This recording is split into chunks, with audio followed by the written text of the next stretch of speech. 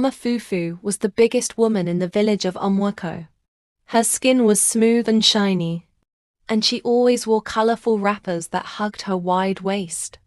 Every morning she would wake up early, tie her scarf and start pounding yam and cassava. Her fufu was soft like cotton, and the soup smelled like heaven. Everyone called her Mama Fufu, the queen. Children would follow her from the market singing, "Mama Fufu, give us one." Her smile was big and her laughter loud, that no one knew where she got her cassava from. Her farm was hidden deep in the bush, and she never allowed anyone to follow her there.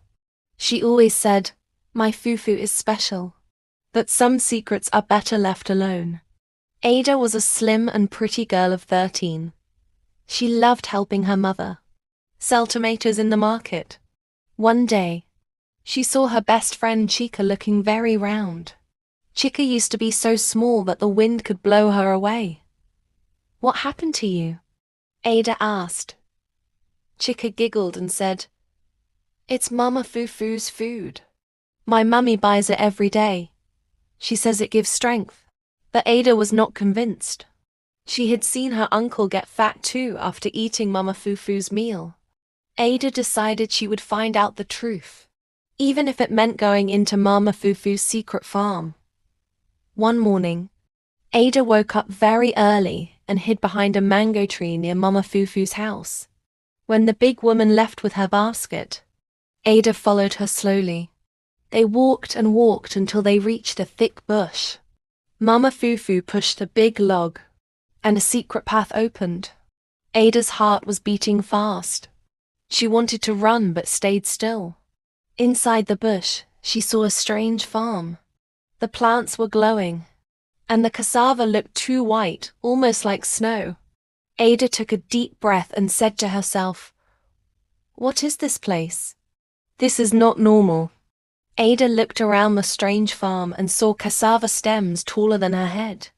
The roots sparkled like they had sugar on them. The ground smelled sweet, not like any farm she knew. Birds were quiet, and even the wind didn't blow. It was like the farm was watching her. She bent down and touched one cassava. It felt soft like bread. Just then, she heard footsteps. Quickly, Ada hid behind a palm tree. Mama Fufu came into the farm, singing softly. She knelt down and spoke to the plants. "My babies, feed them well. Make them full." Ada was shocked. Was she talking to the cassava? Mama Fufu brought out a black bottle from her basket. She poured a little on the soil. Instantly, the plants moved like they were alive. Ada covered her mouth to stop from screaming. She had never seen anything like that in her life. "What is inside that bottle?" Ada whispered. The bottle glowed for a second, then disappeared into Mama Fufu's wrapper. Ada knew now that Mama Fufu was using something special in her fufu. Something not normal. But why? And how did she get it? Ada ran home before Mama Fufu could see her. She could not sleep that night. The image of the glowing plants and the black bottle stayed in her mind. The next day, she told her mother. But her mother frowned and said, "Stay away from that woman. Ada, you don't know what you're talking about." Her mother looked scared, and that scared Ada even more. "Mama, people are getting fat and sick," Ada said. But her mother shook her head. "Don't say it again. That woman helped our family during dry season. We must not question her." But Ada could not stop. She knew something was wrong, and someone had to find out the truth. The village of Omwako was changing. Children who once ran fast now sat down more. Market women who used to walk far now complained of body pain. Even the football boys in school were slower. And they all had one thing in common. They ate Mama Fufu's food. Some people loved the fatness. They said, "It shows we are eating well." But others were scared. The doctor in the village, Dr. Okafor, started warning people. "Too much fat is not good," he said. But no one listened. They were addicted to the sweet taste of Mama Fufu's fufu. One evening, a boy named Abuka collapsed while playing. His stomach was round, and his cheeks were so full he could hardly breathe. His mother cried and rushed him to Dr. Okafor. The doctor checked him and said, "This is not normal. He's too heavy for his age." "Has he been eating Mama Fufu's meal?" the doctor asked. The mother nodded. "Every day," she said. The doctor shook his head. "We need to find out what is inside that food." That night, word spread like fire in the village. People began to whisper, "Is Mama Fufu's food making us sick?" The village elders called a meeting at the village square. Everyone gathered, young, old, thin, fat. Mama Fufu came too, tying her best red wrapper and gold earrings. Her face looked calm, but her eyes were sharp. The chief stood up and said, "We have a problem. Our people are growing too fat. We need answers," said the chief. "Mama Fufu, what do you put in your food?" The crowd became quiet. Mama Fufu smiled and said, "Just cassava, water and love." Some clapped, but others stared in silence. Ada watched her closely. She knew Mama Fufu was hiding something. Ada raised her hand. "Can I ask a question?" she said. The chief nodded. Everyone turned to look at her. "Mama Fufu, why do your cassava plants glow in the bush?" Gasps filled the air. Mama Fufu's smile dropped for 1 second, then returned. "I don't know what you mean, my child," she said sweetly. But Ada stepped forward. "I saw you pour something on the soil. I saw the plants move." Now the crowd began to murmur. Mama Fufu's eyes narrowed. "Be careful what you say, girl," she said. But Ada did not blink. She was not afraid. That night, Ada had a strange dream. She saw Mama Fufu standing in the middle of the glowing farm, laughing. Then, suddenly, the cassava roots grew long arms and started wrapping around people, pulling them on the ground. Ada tried to scream, but no sound came out. She woke up sweating.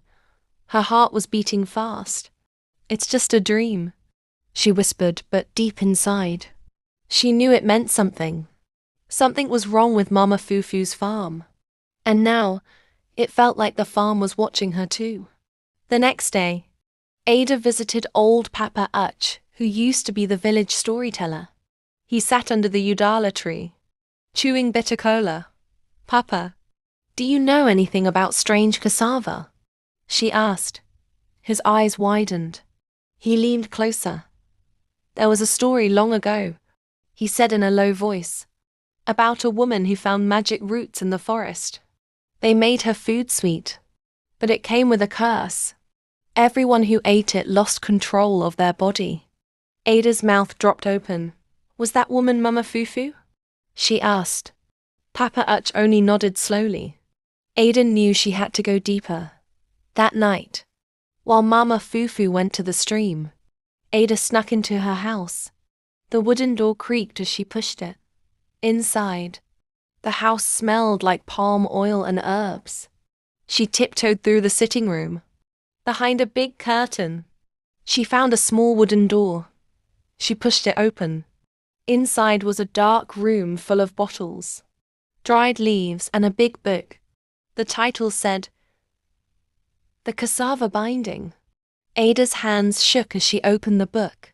What she saw inside would change everything. Inside the book were drawings of cassava plants with faces. There were pages filled with strange writing, but one page was in English. It said, "The eater shall become the food. The fufu binds the body to the earth. The more they eat, the less they move." Ada could not believe it.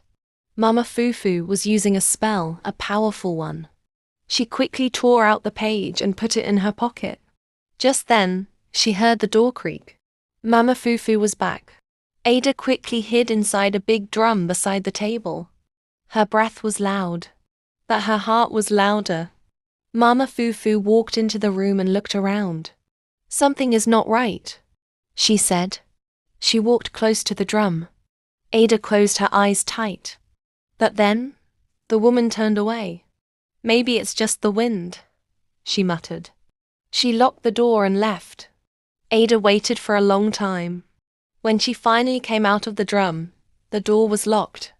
She was trapped inside Mama Fufu's secret room. She looked around in the darkness. "I must find another way out," she whispered. But there was no window, only shadows. Ada searched the shelves and found an old radio. She opened it and saw a small notebook inside. On the first page was a list of names. People in the village who ate Mama Fufu's meal. Many names were crossed out. "What does this mean?" she thought. She found a pencil and wrote a message on a page from the book. "Dr. Okafor, please help. Mama Fufu's fufu is a spell. I am locked in her house. Ada." She pushed the paper under the door, hoping someone would find it. Then, she sat in a corner and waited, praying for help. Early the next morning, a small boy sweeping in front of Mama Fufu's house found the note. He didn't know how to read, but he ran to Dr. Okafor and said, "Doctor, this paper came from Mama Fufu's house." The doctor read the note and his face turned pale. He called 2 strong men from the village and rushed to Mama Fufu's compound. But Mama Fufu was sitting outside, pounding yam. "What's the problem, doctor?" she asked calmly. "We believe a child is inside your house," he said. Mama Fufu smiled. "That's not possible," she replied. But the doctor was not fooled. Dr. Okafor kicked the small door open. Inside, they found Ada sitting on the floor, her eyes tired but alive. "Doctor," she cried, running into his arms. "She's hiding something, please believe me." She handed him the torn page from the spell book. Mama Fufu stood at the door. "You shouldn't have done that, Ada," she said coldly. For the first time, the village saw her true face, not angry, not smiling, just empty. "You've brought trouble to my table," she whispered and slowly walked away, leaving her fufu pot boiling. The news spread fast. Some villagers were angry. "How can she lie to us?" they shouted. Others were sad. "But her food helped us during the hunger season." Some cried. A group of women went to the chief's house. "We want answers," they said. Ada stood with them. "We are not safe," she said. "We need to stop eating her food." Some people agreed. Others still defended Mama Fufu. The chief called another meeting. "We must decide," he said. "Is Mama Fufu feeding us or trapping us?" That night, Dr. Okafor invited a professor from the city to test Mama Fufu's cassava. The professor came with machines and bottles. He tested the soil and the cassava. After 2 hours, he looked up and said, "This food is not normal. It changes the body too fast. It is dangerous." Mama Fufu was called before the village again. She stood tall, not afraid. "Yes, I used a secret, but I only wanted to help people feel full and happy." Ada stepped forward. "But people are suffering. You have to stop." Mama Fufu looked at the crowd. Her eyes filled with tears. Mama Fufu sat under the mango tree and looked up at the sky. Her eyes were full of pain. "A long time ago, I was poor and hungry," she began. "I found a woman in the forest. She gave me a root and said it would feed people. But it had power. I didn't ask questions. I just wanted to help." She turned to Ada and Dr. Okafor. "At first, the food made people strong and full. But I noticed the changes. Still, I was scared to stop. People loved me. They depended on me." Ada's eyes filled with tears. "We can forgive you, but you must stop now," she said softly. The villagers gathered again. This time, they stood around Mama Fufu's strange farm. The leaves were still glowing faintly. The professor shook his head. This must be destroyed, he said. It's not safe for anyone. Mama Fufu nodded slowly. If it brings peace, then let it go. She took a stick, poured palm oil, and lit a match. The flames rose quickly, eating up the plants and roots. Some villagers cried. Others clapped. The air was heavy, as if a big spirit had left the land. Now that the farm was gone, people had to find new food. The market became full again. Tomatoes, rice, okra, and yam. But many people struggled.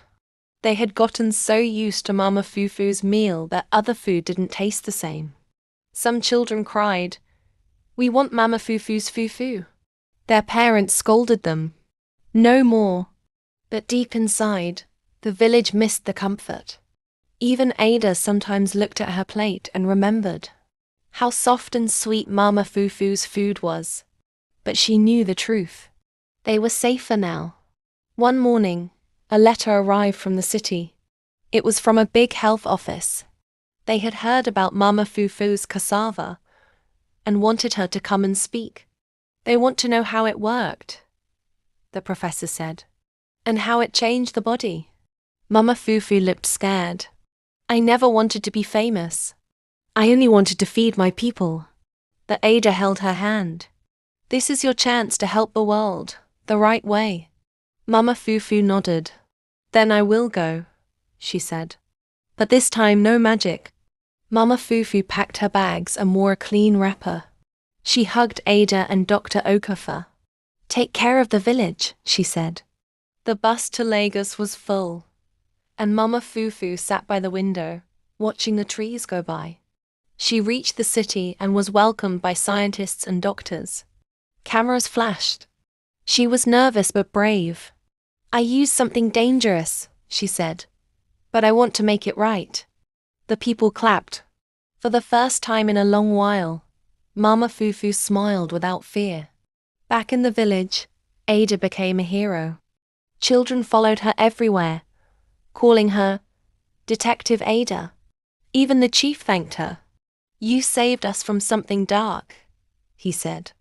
Your courage is rare. But Ada didn't feel like a hero. I just followed my heart, she said. She started a small garden near her house and planted yam, okra, and pepper. Let's feed ourselves the right way, she told her friends. Slowly, the village began to heal. Not everyone was happy. A small group of villagers blamed Ada. She took our food away. They whispered, now we are suffering. One night, they broke into her garden and stepped on her plants. Ada woke up the next morning and saw her garden destroyed. Her chest hurt.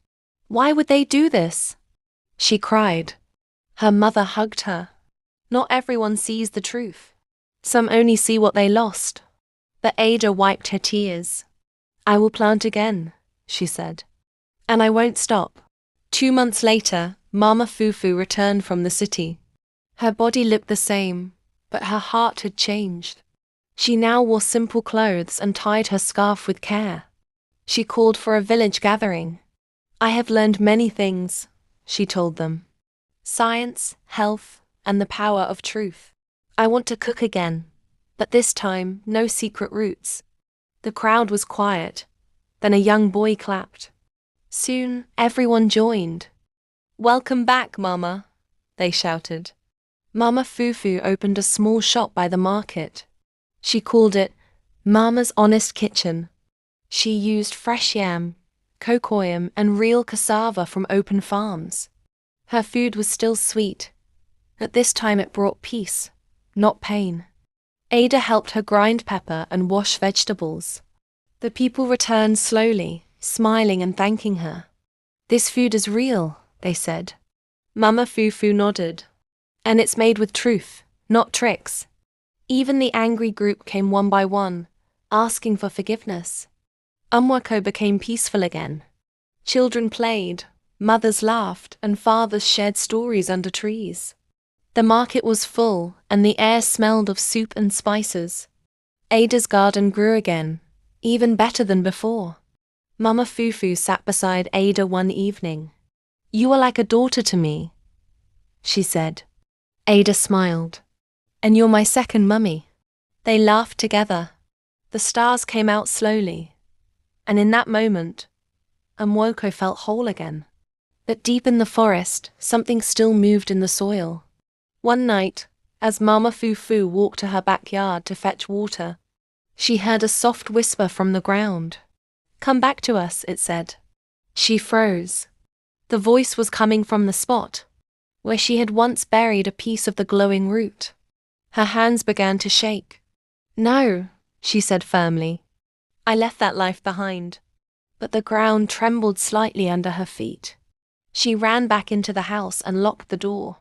This can't be happening again, she whispered. But deep down, she knew the root wasn't fully gone. The next morning, small signs started showing. A chicken that scratched near the backyard suddenly grew twice its size. A tomato grew as big as a calabash overnight. People were confused. Is it a blessing? Some asked. Mama Fufu knew it wasn't. She dug near the backyard and saw it. One small glowing piece of the root had sprouted again. She quickly pulled it out, wrapped it in cloth, and hid it in a pot. I can't burn this here. It must be taken far away, she said. But who could she trust? When Ada heard what happened, she came running. Let me help, she said. Mama Fufu shook her head. It's dangerous, my child. But Ada held her hand. We faced it before. We can face it again. Together. Mama Fufu smiled. You were braver than many adults. She handed Ada the wrapped root. Take it to the forest hills. There's an old cave there. The woman who gave it to me long ago said only fire from that cave can destroy it fully. Ada nodded. I will go. Ada packed food and water and left at sunrise. The journey was long and quiet. Birds flew high and the trees seemed to whisper. Her heart was strong, but her legs got tired. Still, she didn't stop. By evening, she reached the old forest hills. They looked dark and cold. She found the cave, just as Mama Fufu described, big, round, and smelling of old things. As she stepped inside, the wind blew hard behind her, closing the entrance slightly. I must be strong, she said to herself. Inside the cave, Ada found a small pit with glowing red stones. It was the fire pit. She unwrapped the root. But as she moved closer, the root began to shake.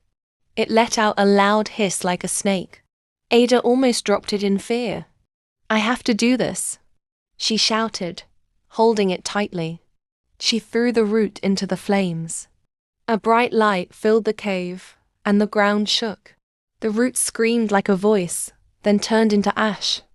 Ada fell back, tired but smiling. It's done, she said softly. After the fire died down, Ada stood up to leave, but the cave entrance had shifted. The path she came through was gone. She was lost. She touched the wall and whispered, Please, I just want to go home. Suddenly, a soft glow appeared from the ashes. A tiny spark floated in the air and flew ahead. Ada followed it, deeper into the cave, until it showed her a small hole leading outside. Thank you, she whispered, crawling through it. When she stepped out into daylight, she saw the village hills in the distance. Home. Back in the village, Mama Fufu sat by the window every evening, waiting. Where is Ada? She asked every day. Maybe I should have gone instead. Dr. Okafor tried to comfort her. Ada is strong, he said. She make it. 3 days passed with no sign of Ada. The whole village started to worry.